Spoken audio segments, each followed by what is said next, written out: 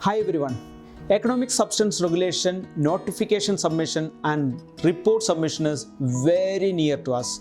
That is 31st December 2020. Everyone is busy in filing the notification and returns. Now, in my previous video, I explained there are some misconceptions while interpreting this regulation. One, I would like to bring it here also for the discussion. There are some companies which are operating as a foreign branch, that is UAE branch of a foreign company or maybe subsidiary of a foreign company.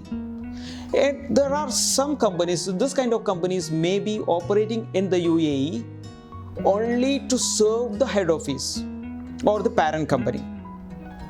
For example, in this, suppose there is a branch of a foreign company in the UAE and it is doing some administrative support or marketing support for the head office. In that case, they reimburse the expenses incurred in the UAE from the head office. So every month or once in 3 months, the head office will be transferring the amount as a reimbursement of expenses for the branch. Here the question is whether the branch is conducting any relevant activity.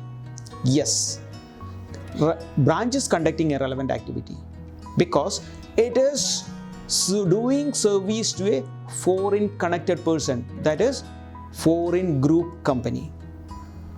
Now, what is the income generated by the branch in the UAE? As you know, if we are conducting the relevant activity for a specific year or financial year, then we have to submit the economic substance notification. But economic substance report has to be submitted only if you are earning income from relevant activity. The question is whether reimbursement of expenses is an income generated by the branch or not. Many are taking this as an income, but you have to look into what is the accounting treatment. You have to go to the IFRS and check how the revenue recognition is explained in relevant accounting standard. In this case, my view is that if you are paying some expenses which you are incurring here on behalf of head office, it is the expense of head office.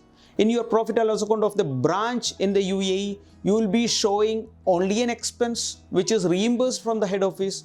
There is no revenue generated from the head office.